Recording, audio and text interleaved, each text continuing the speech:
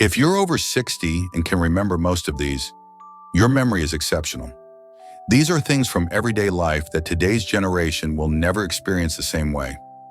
Look, I know there's a lot of talk these days about memory and aging. Everyone's worried about forgetting things. But here's what I want to do today. I'm going to show you 10 items from the past, things that were part of everyday life decades ago. And if you can remember them, if they bring back memories, then your mind is doing something incredible. It's holding on to pieces of history that younger generations will never experience firsthand. So let's see how many of these you recognize. Keep count in your head and stick around because I want to hear your stories at the end. Here's the thing about memory that most people don't understand. It's not just about remembering facts or dates, it's about connections. It's about experiences. And the items I'm about to show you, they're not just objects, they're pieces of your life. They're connected to moments, to feelings, to people you loved. So this isn't a test. This is a walk down memory lane. And if you find yourself smiling or feeling a little nostalgic, that's your brain doing exactly what it should be doing. Let's start with number 1, the rotary phone. Now, if you grew up with one of these in your house, you know exactly what I'm talking about. That heavy receiver, the circular dial with the little holes for your finger. You had to actually put your finger in the hole, pull it all the way around to the metal stopper, and then let it spin back. And if you messed up halfway through dialing a long-distance number, you had to start all over again. There was no redial button, no contact list. You either remembered the number or you looked it up in the phone book. But here's what younger people don't get.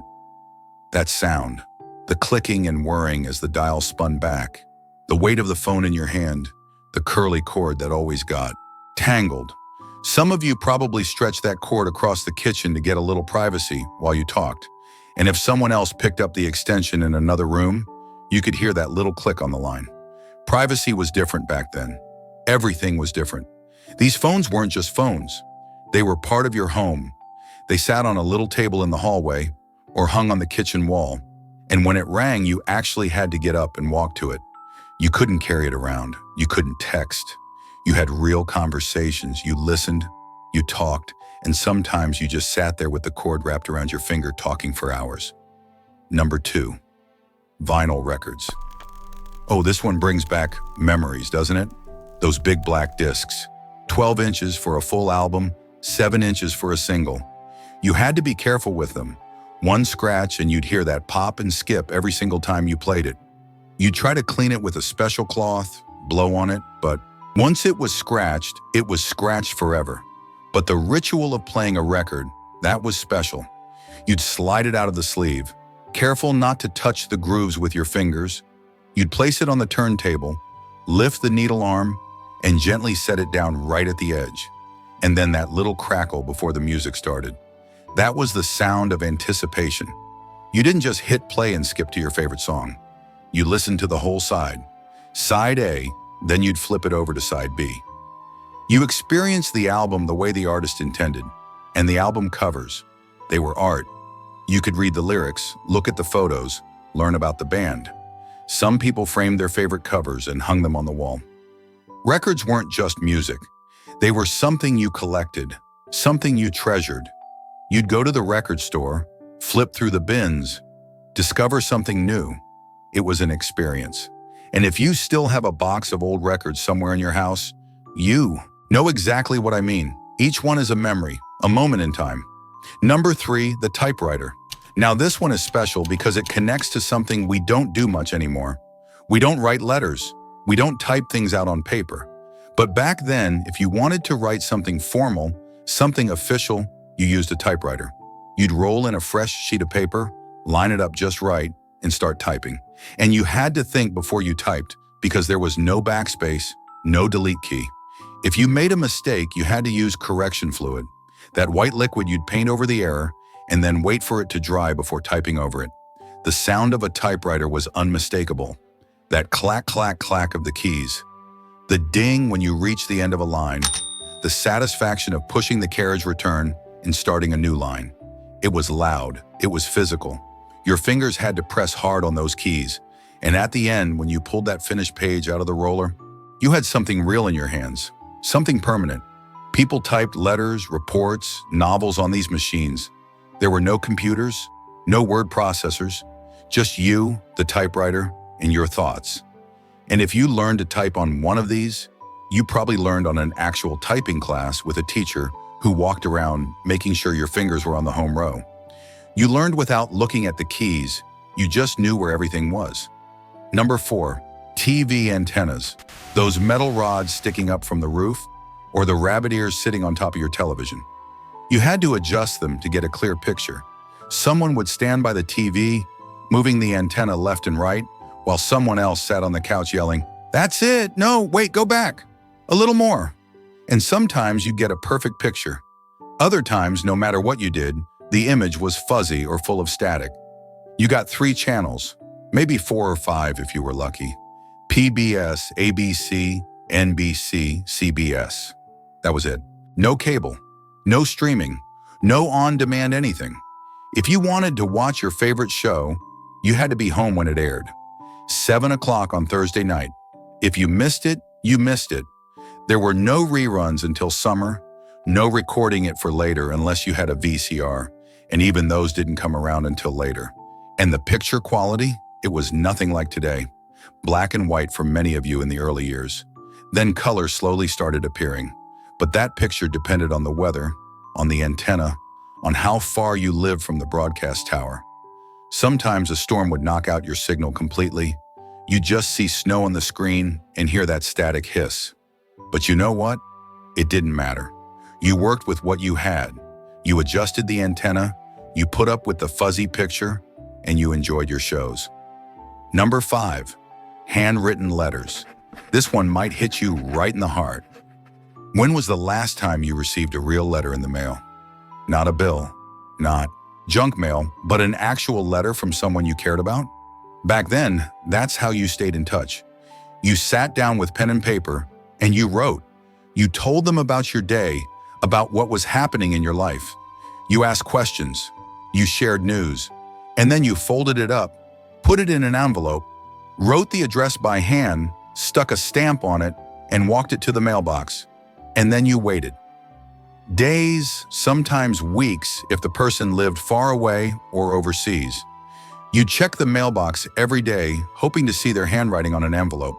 And when that letter finally arrived, you'd open it carefully, maybe save the envelope, and read every single word, sometimes more than once. You could feel the care that went into it. You could see their handwriting, the way they crossed their T's or looped their L's. It was personal, it was real. Some of you probably still have boxes of old letters tucked away somewhere. Letters from family, from friends, from sweethearts. And every once in a while, you might pull one out and read it again. And it takes you right back to that moment. That's the power of a handwritten letter. It's not just words on a page. It's a piece of someone's time, their effort, their heart. Number 6, cassette tapes. Oh, these little rectangles of plastic and magnetic tape. You could record music off the radio or make a mixtape for someone special. You'd sit by the radio with your finger on the record button, waiting for your favorite song to come on, and you had to time it perfectly. Start recording too early and you'd catch the DJ talking. Start too late and you'd miss the beginning of the song. But when you got it right, you had that song forever, or at least until the tape got tangled or stretched out. Making a mixtape for someone was an art. You didn't just throw random songs together. You thought about the order, the flow, the message you wanted to send. Side A and side B. You'd write the song list on the little paper insert, maybe draw something, make it personal. And when you gave it to someone, they knew you'd spent hours on it. That meant something. And playing them in your car or on your Walkman, you had to flip the tape over when one side ended. You'd hear that click when it stopped, pop it out, flip it, and keep going. And if the tape got tangled, you'd try to wind it back with a pencil. Sometimes it worked, sometimes you just lost your favorite songs forever. Number 7, classic radios. Not the digital ones we have now. I'm talking about the big wooden ones that sat in your living room like a piece of furniture. Or the smaller transistor radios you could carry around. You'd turn the dial and you'd hear static as you moved between stations. You had to fine-tune it to get a clear signal. AM and FM, different stations for different things. Talk shows, music, news, sports. The radio was how you got your information. You'd listen to the news in the morning while you got ready for work. You'd listen to music while you did chores around the house. Families would gather around the radio in the evening to listen to programs, stories, dramas, comedy shows. Before TV became the main thing, the radio was everything. You'd use your imagination. You'd picture what was happening based on what you heard. And baseball games. So many of you listened to baseball games on the radio. The announcer's voice painting the picture of every pitch, every swing, every play. You could be working in the garden or sitting on the porch, and you'd follow the whole game just by listening. The radio connected you to the world in a way that's hard to explain to someone who's always had the internet. Number 8, phone booths. Those glass and metal boxes on street corners, outside gas stations, in front of stores. You'd step inside, close the door to block out the noise, drop your coins in the slot, and make your call. A local call cost a dime for a long time. Long distance cost more. You had to have the right change, or the operator would cut you off mid-conversation. Phone booths were lifelines when you were away from home. If your car broke down, you found a phone booth and called for help. If you were running late, you'd stop and call to let someone know. If you were traveling and wanted to check in with family, you'd find a phone booth. They were everywhere, and everyone knew how to use them. And Superman, remember Superman? He changed clothes in a phone booth. That was part of the culture. Phone booths were so common, so normal that they became part of movies, part of stories. Now they're almost completely gone. Kids today don't even know what they are. But you do. You use them. You needed them. Number 9, film cameras. Not digital, not on your phone. Actual film. You had to load the film into the camera, wind it, and then you had 24 or 36 shots. That's it. No deleting. No retaking 100 times until you got it perfect. You composed your shot, you pressed the button, and you hoped it turned out. You couldn't see it right away. You had to wait. And when the roll was finished, you took it to the store to get it developed. You dropped it off and came back a few days later, sometimes a week later, and that moment when you opened the envelope and saw your photos for the first time, that was magic. Sometimes they were perfect. Sometimes they were blurry, or someone blinked, or you cut off someone's head. But those were your memories. You put them in photo albums. You showed them to friends and family. You passed them around. Taking photos meant something because each shot cost money. You didn't take pictures of your lunch or every little moment.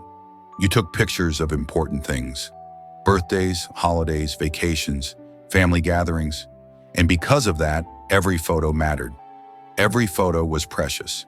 Number 10, encyclopedia books. Those huge sets of books that took up a whole shelf. Volume A, Volume B, all the way to Z. If you needed to know something, you looked it up. You'd pull out the right volume, flip through the pages, find the topic, and read. That's how you learned. That's how you did research for school projects. Some families spent a lot of money on a good set of encyclopedias. It was an investment in education. Kids would sit on the floor with a volume open, reading about dinosaurs or space or ancient Egypt. You didn't just search for exactly what you needed. You'd start reading and get lost in other topics. You'd learn things you didn't even know you wanted to know. And door-to-door encyclopedia salesmen. Some of you remember them. They'd come to your house with samples, trying to convince you to buy a set. They'd show you the beautiful covers, the detailed illustrations, the thousands of pages of knowledge. And if you bought them, they'd deliver all the volumes at once. It was a big deal. So let's talk about what this means. If you remembered most or all of these items, your mind is doing something extraordinary. You're not just remembering objects. You're accessing decades of experiences. You're connecting to a time that shaped who you are.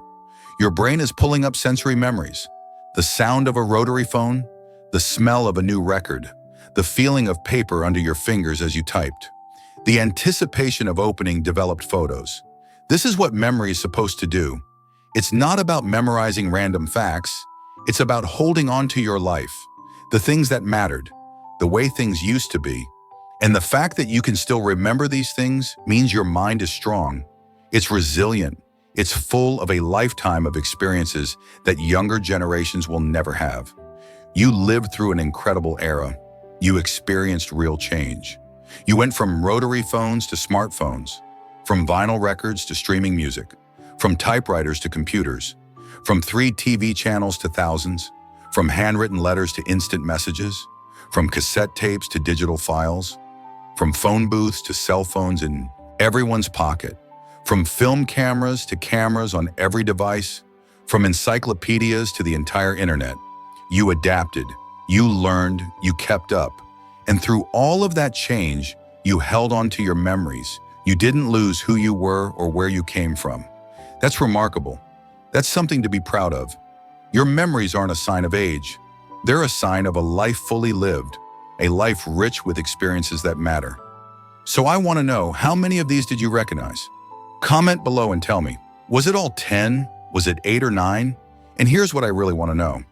Which one brought back the strongest memory? Was it the rotary phone that reminded you of calling your first love? The vinyl record that took you back to dancing in your living room? The handwritten letter from someone you miss? The radio that kept you company on long nights? Share your story. I'd love to read it, and I know others here would too. If this brought back good memories, hit that subscribe button for more content like this.